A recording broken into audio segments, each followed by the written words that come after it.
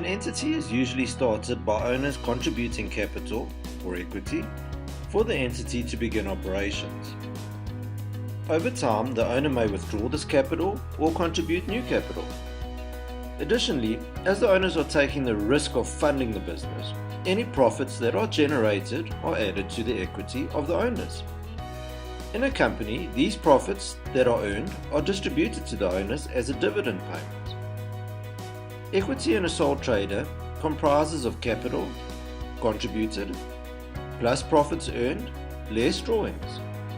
In a company, it consists of share capital, the contributed capital generated by the shares, plus retained earnings, the profits earned, less dividends declared, the distribution of the retained earnings to the shareholders. Let's consider a few economic events and the two sides to each event. Firstly, the issue of share capital. Cash is received and the bank assets increases on the debit side.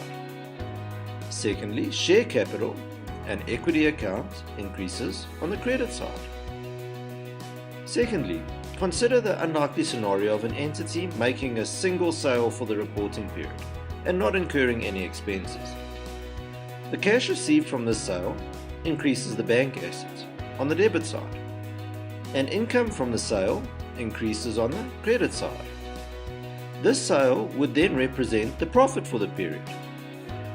Remember that the sales account is close to the trading account to determine the gross profit, and in turn the trading account is close to the profit and loss account to determine the profit for the year. This profit is then transferred to the owner's capital or equity. In the instance of a company, the account conventionally used for this purpose is called retained earnings.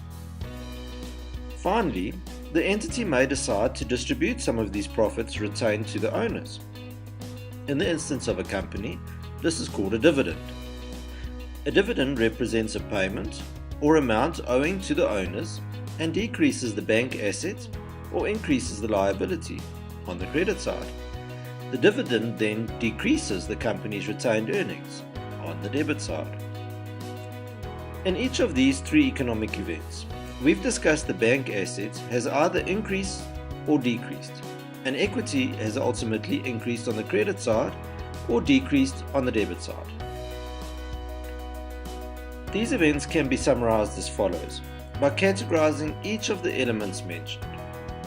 The owner's capital contribution increases equity and increases the bank assets. Sales increases profits and ultimately equity while increasing the bank assets. The dividends paid decrease the equity and bank assets. Do you see though how the accounting system stays in balance? Do you notice that equity is ultimately equal to assets less liabilities? We call this the accounting equation. Consequently, accountants have collectively defined equity as the residual interest in the assets of the entity after deducting all its liabilities.